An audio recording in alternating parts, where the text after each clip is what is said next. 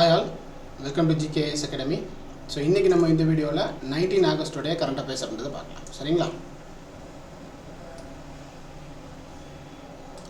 So first பார்த்தோம் அப்படினா the second largest metro network in India அப்படின்றது என்னது வந்திருக்கு அப்படினு சொல்லி பார்த்தோம் அப்படினா பெங்களூருஸ் yellow line அப்படின்றது தான் வந்திருக்கு. சரிங்களா? இந்தியாவினுடைய இரண்டாவது பெரிய மெட்ரோ வலையமைப்பு அப்படின்றது எதுவா வந்திருக்குது அப்படின்னு சொல்லி பார்த்தோம் அப்படின்னா பெங்களூரினுடைய மஞ்சள் வழித்தடம் அப்படின்றது தான் இந்தியாவுடைய இரண்டாவது பெரிய மெட்ரோ வலையமைப்பா மாறி இருக்குது. சரிங்களா? ஸோ இந்த வழித்தடத்தை அப்படின்றத என்லார்ஜ் பண்ணியிருப்பாங்க. சரிங்களா? இதனுடைய டோட்டல் டிஸ்டன்ஸ் அப்படின்றது இப்போ எவ்வளோ இருக்குது அப்படின்னு சொல்லி பார்த்தோம் அப்படின்னா 96 கிலோமீட்டர் அப்படின்றது இருக்குது. சரிங்களா? இந்த பெங்களூரில் இருக்கக்கூடிய மஞ்சள் வழித்தடத்தினுடைய மொத்த நீளம் அப்படின்றது எவ்வளோ இருக்குது அப்படின்னா 96 கிலோமீட்டர் அப்படின்றது இருக்குது. அப்போ ஃபர்ஸ்ட் பிளேஸில் இருக்கக்கூடியது என்னன்னு சொல்லி பார்த்தோம் அப்படின்னா டெல்லி மெட்ரோ தான் இருக்குது. சரிங்களா? ஸோ ஃபர்ஸ்ட் பிளேஸில் இருக்கக்கூடியது என்ன அப்படின்னா டெல்லி மெட்ரோ. ஸோ இதனுடைய டோட்டல் டிஸ்டன்ஸ் அப்படின்னு சொல்லி பார்த்தோம் அப்படின்னா 353.3 கிலோமீட்டர் அப்படின்றது. சரிங்களா? ஸோ இந்தியாவுடைய மிகப்பெரிய மெட்ரோ வலையமைப்பு அப்படின்னா டெல்லி. ஸோ இரண்டாவது பெரிய மெட்ரோ வலையமைப்பு அப்படின்றது தான் பெங்களூரு உருவாகி இருக்குது. ஓகேங்களா? ஸோ நெக்ஸ்ட் நம்ம மூவ் பண்ணலாம். ஸோ அடுத்ததாக பார்த்தோம் அப்படின்னா இந்தியாஸ் டாப் எக்ஸ்போர்ட் கண்ட்ரீஸ் இன் 2024 அப்படின்றது ஒரு ரிப்போர்ட் சொல்லியிருக்காங்க. சரிங்களா? ஸோ இந்தியாவினுடைய முன்னணி ஏற்றுமதி நாடுகள் 2024 அப்படின்றது ஒரு ரிப்போர்ட் சொல்லியிருக்காங்க. இந்த ஏற்றுமதி நாடுகள் 2024 முதல் இடத்துல இருக்கக்கூடிய நாடு அப்படின்னு சொல்லி பார்த்தோம் அப்படின்னா ஒரு சிறந்த ஏற்றுமதி நாடாக இருக்கக்கூடியது USA தான் இருக்குது, அமெரிக்கா தான் இருக்கிறாங்க. சரிங்களா? அமெரிக்கா தான் இருக்கிறாங்க. ஸோ டோட்டல் எவ்வளோ பங்கு வச்சுருக்காங்க அப்படின்னா 17.90% பங்கோட ஃபர்ஸ்ட் பிளேஸில் இருக்கக்கூடியது யார் அப்படின்னா ஒரு சிறந்த முன்னணி ஏற்றுமதி நாடாக இருக்கக்கூடியது யார் அப்படின்னா அமெரிக்கா தான் இருக்கிறாங்க. சரிங்களா?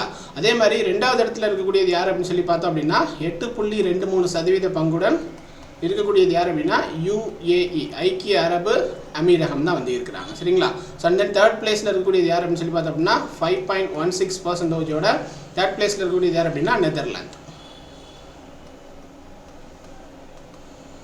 ஓகேவா? ஸோ இந்தியாவுடைய சிறந்த ஏற்றுமதி நாடு அப்படின்னு சொல்லி பார்த்தோம் அப்படின்னா அது என்னது தான் அமெரிக்கா அப்படின்றது தான் இருக்குது. ஓகேங்களாப்பா? ஸோ அதே மாதிரி 2013 to 2014 கம்பேர் பண்ணும்போது 2023 to 2024 எவ்வளோ சதவீதம் ஏற்றுமதி அதிகரிச்சிருக்குது அப்படின்னு சொல்லி பார்த்தோம் அப்படின்னா 67% அதிகரிச்சிருக்குது. சரிங்களா? ஸோ கம்பேர் டு அதாவது லாஸ்ட் ஒரு 10 வருஷத்தில் மட்டும் நமக்கு ஒரு 67% ஏற்றுமதி மட்டுமே அதிகரிச்சிருக்கதா சொல்லியிருக்காங்க. ஓகேங்களா? ஸோ நெக்ஸ்ட் நம்ம மூவ் பண்ணலாம்.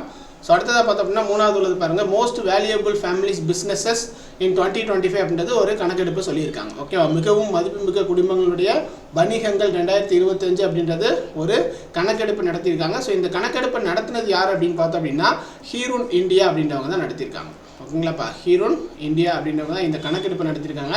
ஸோ இதன்படி ஃபர்ஸ்ட் இடத்துல இருக்கக்கூடியது யாருன்னு பார்த்தோம் அப்படின்னா ரிலையன்ஸ் இண்டஸ்ட்ரீஸ் நிறுவனத்தினுடைய அம்பானி குழுமம் தான் தொடர்ந்து ரெண்டாவது டைமாக ஃபர்ஸ்ட் பிளேஸில் இருக்கிறாங்க. சரிங்களா? ரிலையன்ஸ் இண்டஸ்ட்ரீஸ் நிறுவனத்தினுடைய அம்பானி குழுமம்.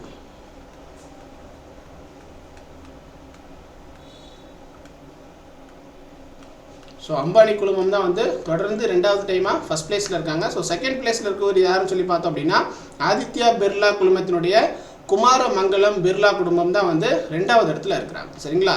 ஆதித்யா பிர்லா குழுமத்தினுடைய குமாரமங்கலம் பிர்லா குடும்பம்.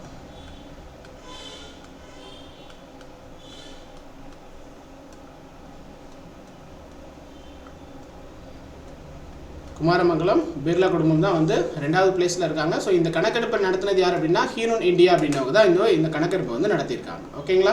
ஸோ நெக்ஸ்ட் நம்ம மூவ் பண்ணலாம்.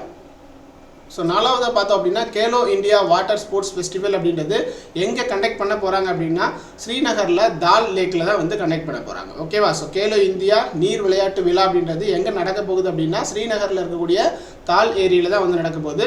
ஸோ இந்த விளையாட்டு போட்டி அதாவது இந்த நீர் விளையாட்டு விழா அப்படின்றது ஃபர்ஸ்ட் டைம் இப்போ தான் கண்டக்ட் பண்ணுறாங்க. சரிங்களா? நீர் விளையாட்டு விழா அப்படின்றது இந்தியாவிலே ஃபர்ஸ்ட் இப்போ தான் கண்டக்ட் பண்ணுறாங்க. ஸோ இந்த போட்டியினுடைய உருவ சின்னமாக எதை தேர்ந்தெடுத்துக்கிறாங்க அப்படின்னு சொல்லி பார்த்தோம் அப்படின்னா இமயமலையினுடைய மீன்கொத்தி பறவை தான் தேர்ந்தெடுத்துக்கிறாங்க. ஓகேங்களா? இந்த போட்டியினுடைய உருவ சின்னமாக எதை தேர்ந்தெடுத்துக்கிறாங்க அப்படின்னா இமயமலையினுடைய மீன்கொத்தி பறவை. ஓகேங்களா? ஸோ இந்த மீன்கொத்தி பறவை தான் இந்த கேலோ இந்தியா நீர் விளையாட்டு விழாவினுடைய உருவ சின்னமாக தேர்ந்தெடுத்துக்கிறாங்க. ஓகேங்களா? ஸோ ஸோ நெக்ஸ்ட் நம்ம மூவ் பண்ணலாம். அடுத்த கொஸ்டின் பாருங்கள்.